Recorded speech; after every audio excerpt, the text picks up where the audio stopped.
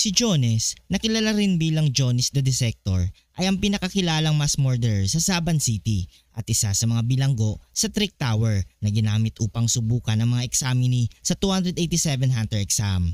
Kilala siya sa kanyang pambihirang lakas at kalupitan sa kanyang mga biktima. Kung sakaling magkakaroon siya ng nen, tiyak na magiging mas malakas at mas mapanganib pa siya. Narito ang isang teorya kung gaano siya kalakas at kung may kakayahan ba siyang talunin si Ovogin. Batay sa kanyang pisikal na lakas at estilo ng paikipaglaban, malamang na si Jones ay isang enhancer.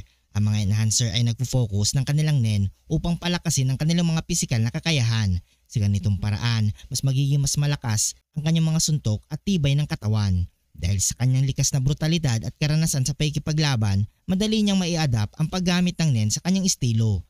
Maaaring magkaroon siya ng mga teknik tulad ng pagpapalakas ng kanyang mga kuko o kaya pagpapataas ng kanyang mga resistensya sa mga atake. Maaari niyang pahabain at patigasin ang kanyang mga kuko gamit ang nen na kayang tumagos kahit sa mga matitigas na materyales. Gamit ang nen, magagawa niyang gawing matibay na parang bakal ang kanyang katawan, nagbibigay ng proteksyon laban sa mga atake. Maaring may kakayahan din siyang pabilisin ang kanyang paghilom mula sa mga sugat na magbibigay sa kanya ng mas mahabang tibay sa labanan. Si Ovogin ay isa ring enhancer na kilala sa kanyang napakalakas na pisikal na lakas at tibay. Subalit malamang mas malakas pa rin si Ovogin kung pag-uusapan ng kabuuang kapangyarihan ng nen. Si Ovogin ay nagkakaroon ng mas malawak na karanasan at pagsasanay sa nen, kaya't ang kanyang mga teknik ay mas pino at mas malakas. Kung maglalaban si Jones na may nen at si Ovogin, narito ang ilang mga konsiderasyon. Bagamat malakas si Jones, malamang na hindi niya matatapatan ang brute strength ni Ovogin.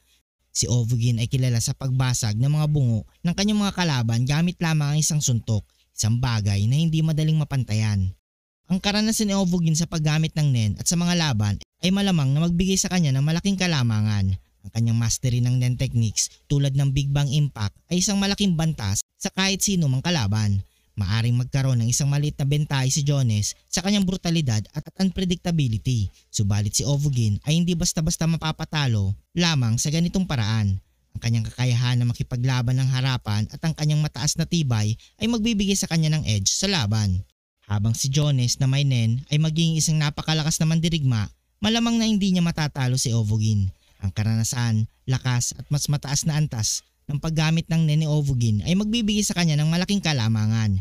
Si Jones ay maaring magbigay ng isang magandang laban, subalit sa uli, si Ovogin pa rin ang mananaig. Kung nagustuhan mo ang video ito, huwag niyong kalimutan mag-like at subscribe and hit the notification bell button para updated kayo palagi sa ating video. Maraming salamat.